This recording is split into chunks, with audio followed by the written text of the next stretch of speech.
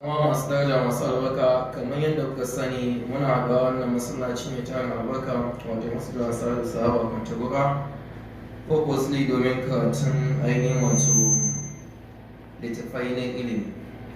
Idan muka ce littattafai ilimi na daga ciki abinda muke nufi ulumul ala da fannoninsa. Akwai ulumul hadis sannan kuma akwai ainihin wato ulumul lugha abinda ya shafi ainihin wato mufaratul lugha kamar yadda muke yin alborda yanzu ina ganin ba zai wuce zama uku ba gaba ko biyu insha Allah sauke littafin. Haka zalika da kuma yin wato sana'atul nahw. Yau insha Allah yau talata kenan za mu ainihin wato karanta wanda ya sauka cikin wannan littafin Mu'jamul Madih. Allah ya mana jagora.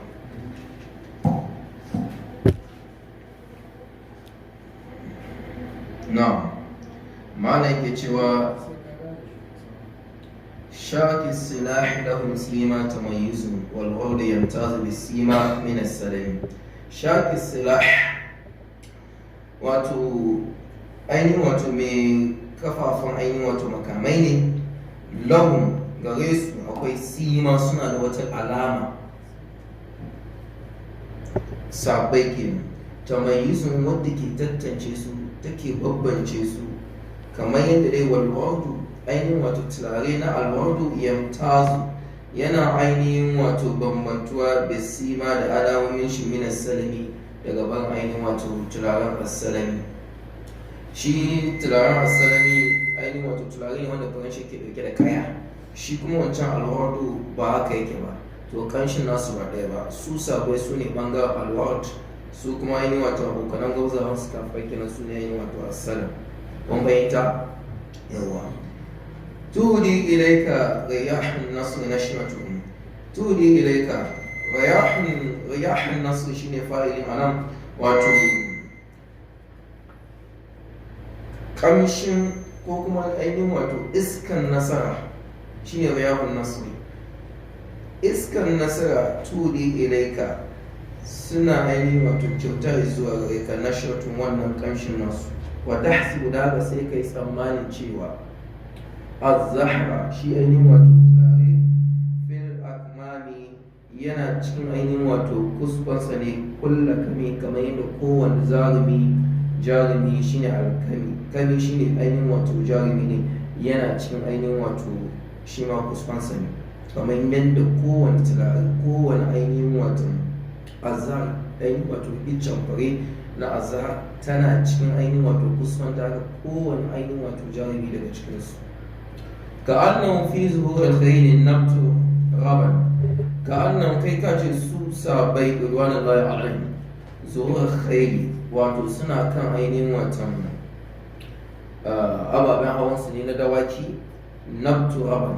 A wannan halin kasancewarsu a kan wannan ababen hawansu kamar dai nabtu raban wato ainihin watan tsiro ne wanda ya fito a kan jigawa. Malamai suka ce duk tsiron da ya fito a kan jigawa ya fi ainihin wato tabbatuwa da tsayuwa. Kun fahimta? To kafewansu a kan al'amari da addini kamar yadda ainihin wato itaciya ko kuma ka ce ainihin wato tsiro wanda ya fito a kan tudu na jigawa. Min shiddatul hazm saboda tsananin ainihin wato kudurinsu, la min shiddatul huzami ba wai dan tsanan da maransu ba. Kun fahimta? Wato su ainihin wato power ɗinsu is psychological.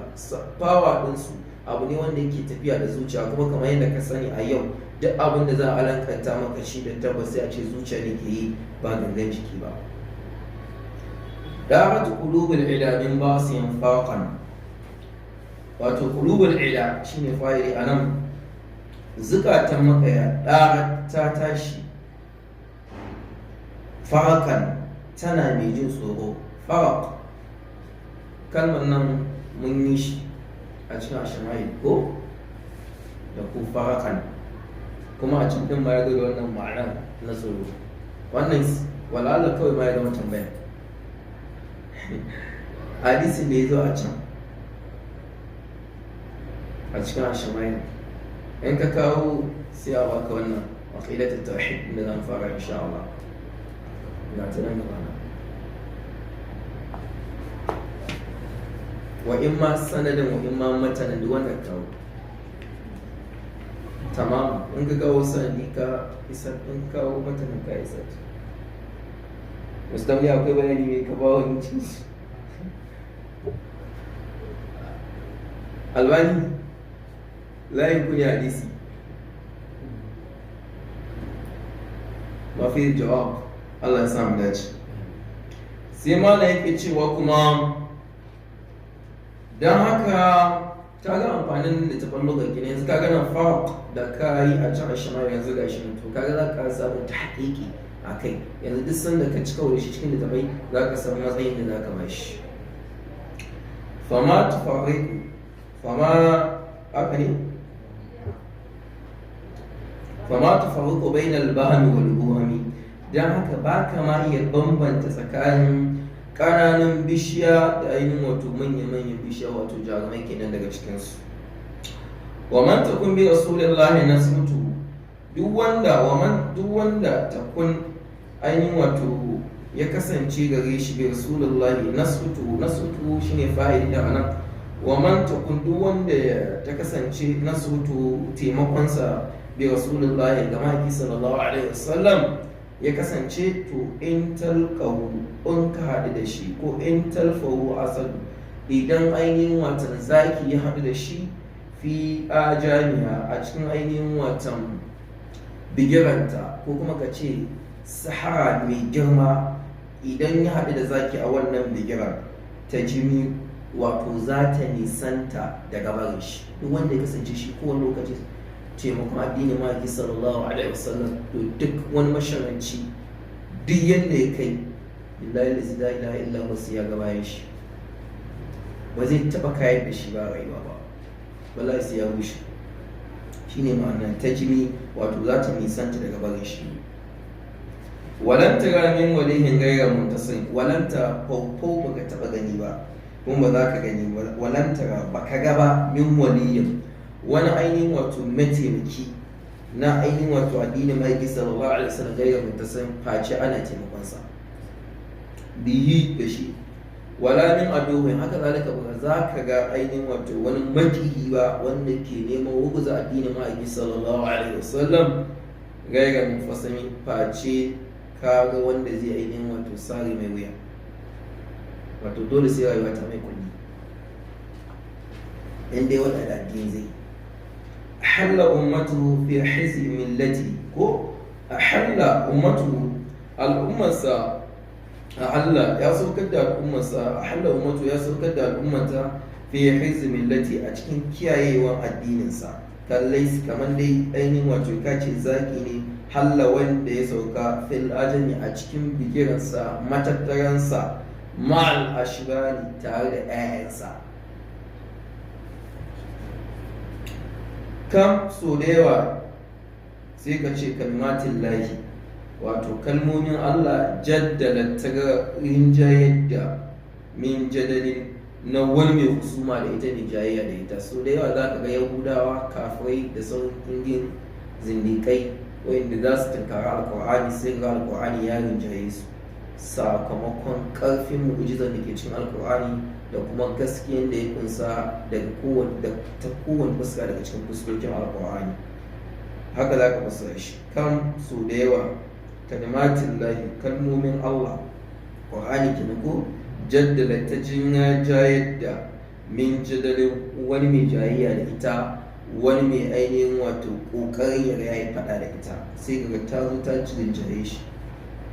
ka duba misali masani Dr. Zakir Naik, a duk sanda zai tsaya akan wannan stage ne zai yi bayani game da ainihin wato addinai da bambancin su, yana throwing in debate challenge ga duk wani mai ainihin wato yadda ke da interest ya zo kare addinin sa, ko da kuka shi kake bauta ma ya sallama maka. sai ga cikin ikon Allah duk yadda ke da ilimi, duk yadda ke da jadali a bakin ka, duk yadda ke da speech, yadda ke da eloquence na tunkarar al'umma, kamar su no matter how vocal you are, duk yadda ka fi shi saboda gaskiya yake faɗa da kyakkyawan niyya sai ka sai ya rinjayar da kai. kuma ka zo da kyakkyawan ikhlasi ka sai ka karɓi musuluncin nan, sai dai ka zama fasiki ne wanda ke cewa kai sallaman mini. Allah ya kare mu. sai kuma malam yake cewa fi a cikin dai lamarin wannan dai alkur'ani ne wa kan so da yawa kasamar burhan wato hujjoji ya ainihin wato rinjayen kasamin wani mai karfin husuma ga alkur'ani duka da kusan ma'anan ɗaya ne da waccan da gaba da kawai dai kalmomi ne aka samu magaya kafaka bil ilmi wannan mi ba wannan za'ida ce wadda kun san idan ka samu harfi daga cikin huruf ya zama za'id ana ne kawai tawkiri ne a larabci ko fahimta shine anan kafaka bil ilm wato kafaka bil ilm ilimi ya ishe ka mu'jizata a matsayin mu'jiza fil ummi wanda yake cewa wanda ummi ainihin wato shine wanda zai iya rubutu ba ya kantawa amma ya zama shi fiyayen halitta a duk da yanayin da ya tashi cikin wannan yanayin sai ya zama gashi da tarin ilimi da kuma tarin baiwar da duniya har yau kullum shafin wannan littafin ake yi ana samun ƙarin bayani da ilimomi wannan ya ishe ka kuma ka duba cikin al'ummar da ta ya fito don fahimta yawwa sai malam ya cewa fil jahiliyyati a lokacin zamanin jahiliya wata haka zalika da ladabi wanda ya kasance ya ladabtu da ladabobi na ainihin wato islama da kuma kyawawan ɗabi'un nagari wadda al'umma ta yadda da shi ya yi shekara tare kamar ka ce addaba yu'addibu ta'diban ala wazn taf'il to shi ta'dib ala wazn taf'il daga kalmar ainihin wato adab fil yutami ainihin wato lokacin a wannan marmaici kenan tare da ya tashi cikin maraici amma duk da haka nan Allah subhanahu wa ta'ala ko ta wani bangare daga bangaren tarbiyya Allah ya kiyaye fiye halitta zan ne karshen fasara subhanakallahumma wa bihamdika ashhadu an la ilaha illa anta astaghfiruka wa atubu ilaik